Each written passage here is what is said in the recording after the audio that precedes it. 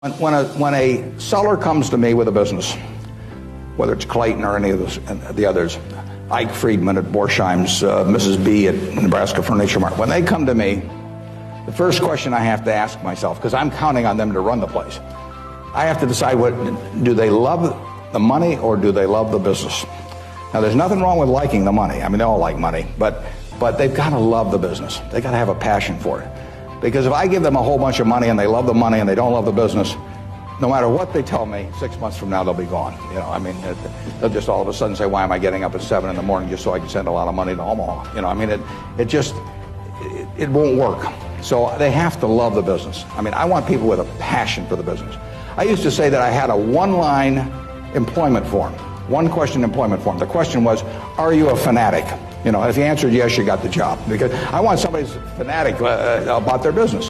When you get to my age, you will not measure how well you've done by how much money you've got. I can guarantee you that. You'll all do fine on money anyway. I mean, you know, think about it. 7 hours a day, you know, you're in a bed. You got exactly the same mattress I've got. If you don't, we'll sell it to you at the Furniture Mart. You know, I mean, so that, I mean, we're on a parity. I can't outdo you, you know, in terms of my sleeping enjoyment. You can match it by buying this mattress, which we'll give you a special price on. Just mention my name. We eat at the same places, you know. We eat at Dairy Queen, particularly if you're in my position because we own it. But we eat at McDonald's and Burger King, and when I leave here, I'll stop by a fast food place on the way. So our eating experiences are the same. We travel the same. I mean, I had a 10-year-old car up till about a year ago, you know, and it just doesn't make any difference to me. They all work. We live in a place that's warm in the winter and it's cool in the summer, and we watch the Super Bowl on big screen TV. You do it, I do it. You know, we dress more or less the same. I mean, I pay more for my clothes, but they look cheap when I put them on. So we're really on a parity. Yeah. So the money isn't going to be that big a deal. Everybody in this country is going to, you know, with the intelligence this group has, the energy you have, you're going to do well. So what's the difference? You know, what really counts? Well, I would say that you will measure. Health is enormously important, and that's a matter of a fair amount of luck. I mean, you know.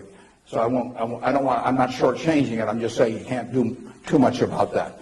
But you will measure your success in life by how many, and extent, whether it's the people you want at 70 or whatever the age may be, you'll measure it by how many of them really love you, you know, in the end.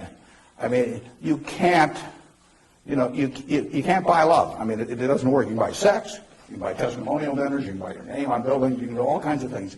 But the only way you get love is to be lovable. It's kind of irritating, actually. If you got a lot of money, it'd be more fun to just write out a check for $1 million. So everybody, you know, from now on loves me. But it doesn't work that way. And in fact, the only way is to be lovable. And you know, I've got this friend who came out of Auschwitz and had at least one member of the family die there. And what is it now? It's 60 years later. You know, she still, when she looks at people, it's a Polish Jew, when she looks at people, the question she asks herself in determining who she really trusts as friends, the one question in her mind is, would they hide me? Now, when you get to be 70, if you've got a lot of people that would hide you, you've had a successful life. I know people who have a tremendous amount of money, no one would hide. Their own kids wouldn't hide them. I mean, they really wouldn't. I mean, their business associates wouldn't, or anybody else. If it really came down to it, you know, they don't have anybody's respect. They've got their attention maybe with money or something of the sort, but nobody loves them. They pay homage to them, and the kids may put up with them and hope they don't change their will or something, but the truth is that nobody would hide them. And if you've got a lot of people that would hide you when you get to be 70, you will have a very successful life. Awareness is critical in business. It's the difference between why you think someone's lucky and why you think someone's unlucky. They're just vibrating faster. It does not involve conscious thought or subconscious thought. It involves your core energy. And your energy rises when you live at an inspired level closest to your truth, to your higher self. Live an inspired life. Enjoy the pursuit of your potential.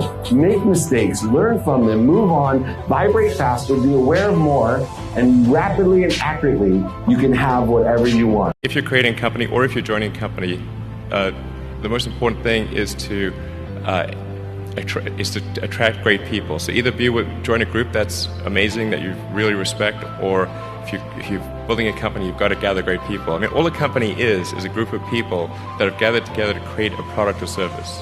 And so depending upon how talented and hardworking that group is, and the degree to which they are focused cohesively in a good direction, that will determine the success of the company. So do everything you can to gather great people if you're creating a company.